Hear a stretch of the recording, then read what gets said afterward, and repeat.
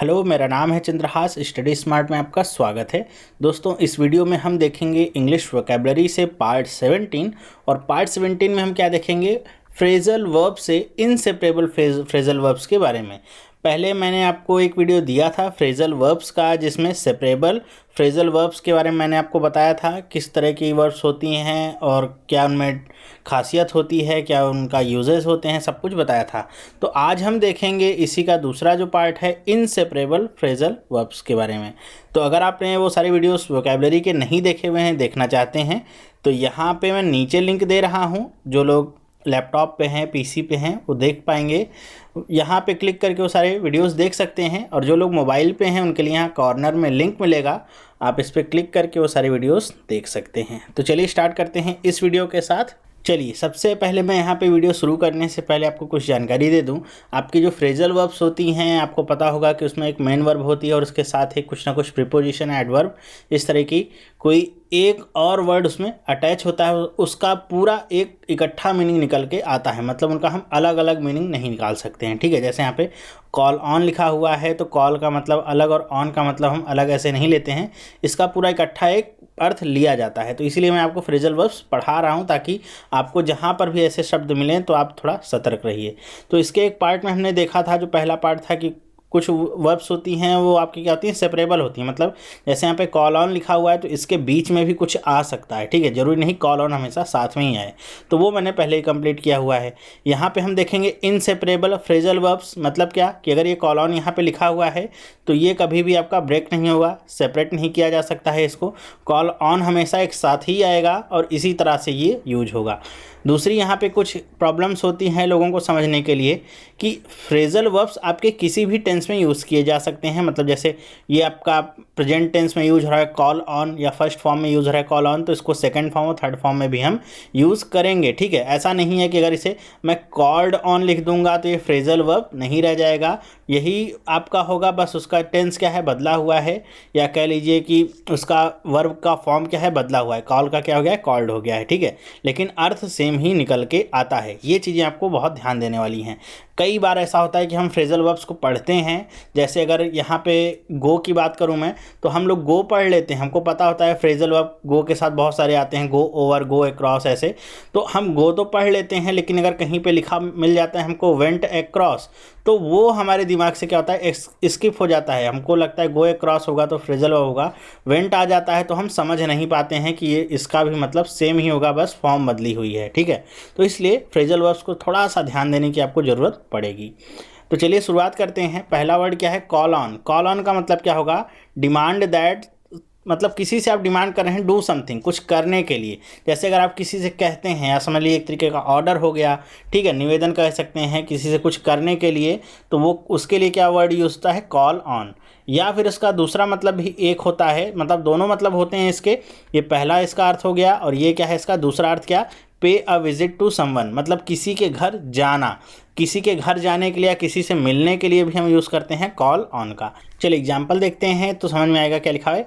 He is planning to call on Rahul today, कि वो राहुल से आज मिलने का प्लान कर रहा है, मतलब ऐसी योजना बना रहा है।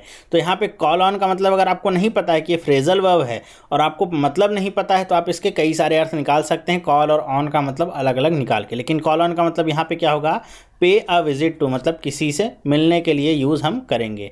दूसरा एग्जाम्पल देखिए क्या लिखा है, he called on the government to hold a vote, कि उसने गवर्नमेंट से क्या डिमांड की, कि जो भी वोट चल रहे हैं उनको रोका जाए। ठीक है, तो यहाँ पे कॉल्ड ऑन का मतलब क्या है, डिमांड दैट डू समथिंग, मतलब किसी से डिमांड करिए कि वो ऐसा करे। जैसे आप कि क्लास में हो आप, या किसी कोचिंग वगैरह में पढ़ते हो, कोई टीचर हो, वो आपसे कहे कि आप ये पहला चैप्टर पढ़िए, या कोई बुक हो उसको कहे आप इसे पढ़िए, तो वो भी क्या होगा, कॉल ऑन होगा। ठीक है, तो ऐसे शब्दों के लिए भी हम यूज़ करते हैं कॉल ऑन का। मेरे ख्याल से आपको समझ में आया होगा।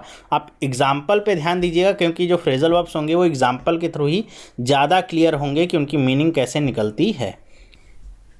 चलिए नेक्स्ट देखते हैं क्या है, गेट ओवर। गेट ओवर का मतलब क्या होता है? रिकवर फ्रॉम सिकनेस और डिसअपॉइंटमेंट। मतलब जब आप किसी बीमारी से बाहर आएँ या बीमारी से बाहर आते हैं या किसी डिसअपॉइंटमेंट या निराशाजनक स्थिति से बाहर आ रहे हों, उबर रहे हों, तो वो जो क्रिया होती है बीच में बाहर आने की, तो उसे क्या कहा जाता है? Get over. मतलब आप उससे अब बाहर आ चुके हैं।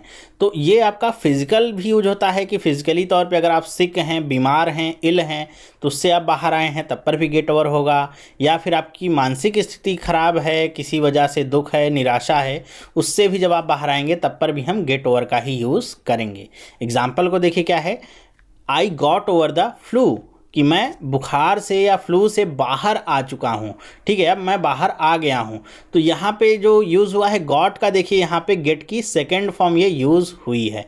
तो गेट की सेकंड फॉर्म यहाँ पे यूज़ हुई है, तो कंफ्यूज मत होइएगा। इसलिए सबसे पहले इस बात को मैंने बता दिया था कि गेट की सेकंड फॉर्म यूज़ होगी तो मतलब बदलेगा नहीं, मतलब सेम ही रहेगा। दूसरा देखिए क्या है? The trip will help him get over Raju's death, कि ये जो ट्रिप है उसे हेल्प करेगी कि राजू की डेथ से बाहर आने के लिए। मतलब क्या है कि राजू कोई पर्सन होगा, किसी के लिए कोई खास होगा जिसकी डेथ हो गई है, तो उसकी डेथ की वजह से कोई डिसअपॉइंटमेंट में चला गया होगा, निराशाजनक स्थिति में चला गया होगा। तो ये जो ट्रिप है वो उसकी हेल्प करेगी, वो उस निराशाजनक स्थिति से बाहर आ जाए।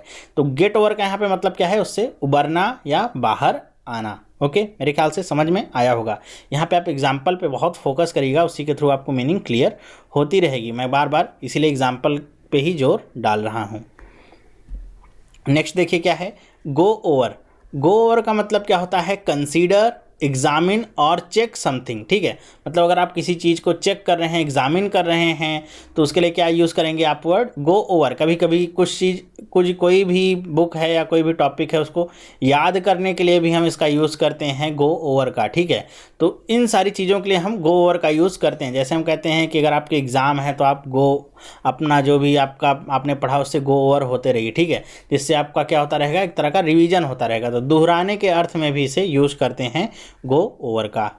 एग्जाम्पल देखिए क्या है? I want to go over these plans with you again, कि ये जो प्लान हमने बनाई हैं, योजनाएं बनाई हैं, मैं आपके साथ इन्हें फिर से दोहराना चाहूँगा या फिर से इसे एग्जामिन करना चाहूँगा, इनका परीक्षण करना चाहूँगा कि कहाँ तक ये सही है या नहीं है।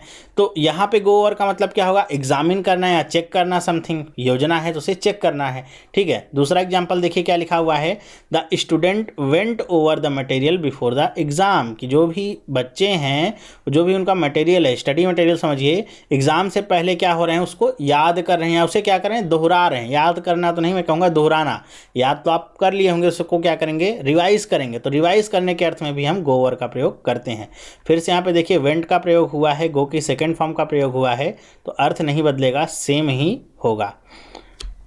चलिए एग्जाम्पल देखते हैं इसका क्या है? The country went through most of its coal reserves in 1 year, कि जो भी कंट्री है, जो भी देश है, इसने जो भी उसके पास कोल रिजर्व्स का मतलब क्या है? कोयला का जो भी उसके पास भंडार था उसका ज़्यादातर हिस्सा क्या कर लिया है? कंज्यूम कर लिया है। अब यहाँ पे गो की जगह पे वेंट का यूज हुआ है। बहुत सारे लोग केवल सोचते हैं गो थ्रू है तो go through as it is ही आएगा, लेकिन ये टेंस के साथ बदलता रहेगा, क्योंकि सामने वाला जो सबसे पहला है वो आपका वर्ब होता है। ठीक है, तो कोई भी आपकी मेन वर्ब है तो उसकी 3 फॉर्म्स होती हैं, फर्स्ट, सेकेंड एंड थर्ड। ठीक है, चौथा उसका क्या होता है? जिरंड होता है, एनजी फॉर्म होती है। तो ये आपका किसी भी फॉर्म में आ सकते हैं, लेकिन मतलब इनका सेम ही रहता है। तो यहाँ पे वेंट थ्रू का मतलब क्या हो गया? कि कंज्यूम करना या पूरा का पूरा यूज़ कर लेना। मेरे ख्याल से अब ये समझ में आया होगा। दूसरा देखते हैं क्या है? She started go through the bundle of letters, कि उसने क्या किया? अब उसने एग्जामिन करना शुरू कर दिया कि जो भी लेटर्स का बंडल था उसको एग्जामिन करना शुरू कर दिया। एग्जामिन करने का मतलब कि वो हर एक लेटर को लेगी, हर एक लेटर को चेक करेगी, कोई भी लेटर उससे छूटेगा नहीं। ठीक है, तो हर एक लेटर को एग्जामिन करना उसने शुरू कर दिया। ओके, मेरे ख्याल से ये मतलब समझ में आया होगा गो थ्रू का। नेक्स्ट देखते हैं क्या है? Look after. लुक आफ्टर का मतलब क्या होगा? देखभाल करना या टेक केयर ऑफ। इंग्लिश में कहेंगे तो टेक केयर ऑफ, हिंदी में कहेंगे तो क्या? देखभाल करना। इसको एग्जाम्पल में देखते हैं क्या है? My mother promised to look after my dog while I was gone, कि मेरी माँ ने क्या प्रॉमिस किया था? कि वो मेरे डॉग की या मेरे कुत्ते की देखभाल करेगी जब मैं चला जाऊंगा या जब मैं नहीं हूँगा, ठीक है। तो यहाँ पे अगर देखेंगे लुक आफ्टर का मतलब क्या होगा, तो लुक आफ्टर का मतलब क्या होगा, टेक केयर ऑफ या देखभाल करना हिंदी में कहें तो। ये लुक का आपका लुक्ड भी बन जाएगा, ठीक है, तो उससे टेंशन लेने की ज़रूरत नहीं है। लुक्ड आफ्टर का मतलब भी सेम ही आपका निकल के आएगा। तो ये आप देख के रखिएगा, लुक आफ्टर तो बहुत बार यूज़ होता है हमारे एग्ज़ाम वगैरह में। नेक्स्ट देखते हैं क्या लिखा हुआ है, लुक इनटू। लुक इनटू का मतलब क्या, इन्वेस्टिगेट करना, मतलब जांच पड़ताल करना। लुक इनटू अगर यूज़ हो रहा है कहीं सेंटेंस में, देखिएगा पूरा का पूरा लुक इनटू या लुक्ड इनटू, तो इसका मतलब क्या, इन्वेस्टिगेशन से है, जांच पड़ताल से इसका मतलब निकल के आता है। जैसे क्या लिखा हुआ है, the police will look into the possibilities of embezzlement, कि पुलिस क्या करेगी, इन्वेस्टिगेट करेगी किस बात की। एम्बेजलमेंट का मतलब क्या होता है, एम्बेजलमेंट का मतलब हो सकता है हिंदी में, जैसे आपने प्रेमचंद का उपन्यास अगर पढ़ा हो, क्या किस नाम से था, गबन, ठीक है, यहाँ पे बिंदी भी है, गबन। तो गबन का मतलब क्या, जब आप पैसे की हेरा फेरी करें किसी भी कंपनी के अकाउंट में या किसी पर्सन के अकाउंट में भी हेरा फेरी करें, कुछ पैसा दबा लें, तो उसे क्या कहा जाता है, एम्बेजलमेंट इंग्लिश में। तो पुलिस इस बात की जांच पड़ताल करेगी कि यहाँ पे गबन की क्या संभावना होगी, ठीक है। तो इन लुक इनटू का मतलब क्या हो जाएगा, जांच पड़ताल करना या खोजबीन करना, तो ये सब मतलब रखेगा लुक इनटू। तो पूरा का पूरा अर्थ देखिएगा, और ये इस वीडियो में जितने भी मैंने यहाँ पे फ्रेजल वर्ब बता रहा हूँ अभी तक, वो सारे के सारे आपके क्या हैं, एक साथ आएंगे, इनको सेपरेट तो नहीं किया जा सकता है।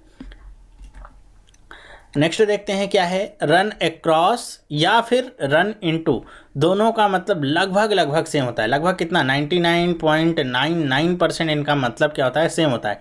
1% की संभावना है, इनके यूजेस में डिफरेंस हो सकता है, अभी मैं बताता हूँ। दोनों का मतलब क्या होता है, फाइंड बाय चांस, या समझ लीजिए कि मीट एक्सीडेंटली, जब आप किसी से अचानक मिल जाएं या किसी से टकरा जाएं, तो उसके लिए यूज़ होता है रन अक्रॉस या रन इनटू, ठीक है। मतलब समझ गए ना, कि किसी को अचानक से आप मिल जाएं या किसी से अचानक से टकरा जाएं, तो उसके लिए यूज़ हो सकता है रन अक्रॉस भी और रन इनटू भी। चलिए एग्जाम्पल देख लेते हैं क्या है, I ran across my old roommate at college reunion. College reunion का मतलब आप समझते होंगे ना, जैसे कॉलेज से बच्चे पास हो जाते हैं तो कॉलेज वाले कुछ दिन बाद रीयूनियन कराते हैं, उन सारे बच्चों को फिर से बुलाते हैं, सबको बताते हैं कि हमारे यहाँ से पास हुए हैं, अब इस पोजीशन पे काम कर रहे हैं, ठीक है। तो ये कॉलेज रीयूनियन होता है। तो कह रहे हैं कि मैं कॉलेज रीयूनियन के दौरान या कॉलेज रीयूनियन में अपने ओल्ड रूममेट से मिला, मतलब अपने पुराने साथी से मिला, उसके साथ ही रहता होगा। तो यहाँ पे रैन अक्रॉस का यूज़ हुआ है, तो रैन अक्रॉस का मतलब क्या होगा, मीट एक्सीडेंटली या फाइंड बाय चांस, अचानक से मिल जाना या टकरा जाना, ओके। फिर देखिए यहाँ पे दूसरा सेंटेंस क्या है, he ran into his English professor in hallway, कि हॉलवे में वो अपने इंग्लिश प्रोफेसर से टकराया या अपने इंग्लिश प्रोफेसर से मिला, अचानक मिला, कोई उम्मीद नहीं थी, अचानक मिल गया, ओके। तो ये रैन इनटू की तरह भी इसका यूज होता है। यहाँ पे अगर मैंने देखा है तो 99.9% में जैसे कहा कि दोनों का लगभग सेम मतलब भी होता है और सेम यूज़ भी होता है, हमने एग्जाम्पल में भी देखा है। यहाँ पे अगर बहुत बाल की खाल निकालने की अगर बात की जाए तो इसका थोड़ा सा मतलब ऐसे हो सकता है। तो ये जो रन अक्रॉस है, ये आपका हम कहते हैं ऐसा कि ज़्यादातर ये समथिंग के लिए यूज़ किया जाता है, मतलब किसी वस्तु, किसी स्थिति या परेशानी या कोई भी आपकी ऑब्जेक्ट है, समथिंग है, उसके लिए यूज़ किया जाएगा, ठीक है। कहते हैं कि यू रन अक्रॉस समथिंग, और रन इनटू जो है वो कहते हैं किसी लिविंग थिंग्स के लिए, समवन समबडी, उसके लिए लिखा जाता है, आई रन इनटू दिस, ठीक है, दिस पर्सन। तो ये बाल की खाल निकालने वाली बात है। वैसे तो इन दोनों की सेम मीनिंग ही होती है, एग्ज़ाम में आएगा तो दोनों का सेम मतलब आप निकाल के चलिएगा, क्योंकि हमने यहाँ पे देखा है रन अक्रॉस को भी हमने किसके साथ यहाँ पे जोड़ दिया है, रन अक्रॉस को रूममेट के साथ जोड़ा है, तो ये भी आपका लिविंग थिंग ही है, समवन ही है। तो ऐसा कोई रूल अभी तक तो मुझे नहीं मिला है, अगर आपको मिलेगा तो मुझे बताइएगा कि दोनों में क्या डिफरेंस हो सकता है। नेक्स्ट देखते हैं क्या है, टेक आफ्टर। टेक आफ्टर का मतलब क्या होता है, रिजेंबल अ पेरेंट और एंसेस्टर, कि जब आप अपने पेरेंट्स की तरह दिखें, उन्हीं की तरह लगें, या फिर आपके जो पूर्वज हैं उनकी तरह लिखें, तो उसको क्या कहा जाता है, टेक आफ्टर, ठीक है। जैसे हम लोग कहते हैं हूबहू दिखना, ठीक है, हूबहू दिखने के लिए टेक आफ्टर का प्रयोग किया जाता है। एग्जाम्पल देखिए क्या है, the rest of us take after our mother, कि हम जो बाकी के लोग हैं वो सब किसकी तरह हैं, अपनी मदर की तरह दिखते हैं या अपनी मदर की तरह ही लगते हैं। तो हूबहू ऐसे दिखते हैं, रिजेंबल करते हैं, उसी तरह हैं। तो इस सब के लिए यूज़ किया जाता है टेक आफ्टर। देखिए टेक आफ्टर आपका वर्ड है, यहाँ पे आपको जो इसका अर्थ है इसके आसपास भी आप पहुँच नहीं पाएंगे अगर आपको इस पूरे फ्रेजल वर्ब का मतलब अगर नहीं पता है तो। आप गलती करके आएंगे 100% श्योर है। तो अगर आपको पता होगा तो गलती करके नहीं आएंगे, पता नहीं होगा तो गलती करने की पूरी संभावना यहाँ पे बन रही है। नेक्स्ट वर्ड देखिए क्या है, वेट ऑन। वेट ऑन का मतलब क्या है, सर्व। सर्व का मतलब क्या हो गया कि मतलब अपनी सेवाएं देना, ठीक है। तो वेट ऑन अगर कहीं पे यूज़ होगा तो उसका मतलब क्या निकल के आएगा, सर्व मतलब सेवा देना अपनी। एग्जाम्पल देखिए जैसे क्या लिखा हुआ है, it seemed strange to see my boss wait on tables, कि मुझे ये देख के बहुत ही आश्चर्य हुआ कि जो मेरा ओल्ड बॉस है, पुराना जो बॉस था उसका, वो क्या कर रहा है, टेबल्स पे अपनी सेवाएं दे रहा है, मतलब टेबल्स को सर्व कर रहा है, खाना पानी जो भी होगा वो सर्व कर रहा होगा वहाँ पे। तो सर्व का मतलब यहाँ पे अगर आएगा फ्रेजल वर्ब्स के रूप में तो हम क्या यूज़ कर सकते हैं, वेट ऑन। देखिए वेट ऑन और सर्व में कोई भी आपको समानता नहीं मिलेगी, लेकिन इसका अर्थ क्या होता है, सर्व। अगर आपको नहीं पता होगा तो गलती आप जरूर करेंगे, ठीक है। तो इस वीडियो में बस इतना ही। आपको एक ऐसा लगा वीडियो, सब समझ में आए, फ्रेजल वर्ब समझ में आए कि नहीं, ये मुझे आप कमेंट करके बताइएगा कि समझ में आया कि नहीं। तो ये तो थे आपके सारे इनसेपरेबल फ्रेजल वर्ब्स, ये सारे इंपॉर्टेंट थे जो आपके एग्जाम के लिए बहुत ही ज़्यादा अहमियत रखते थे।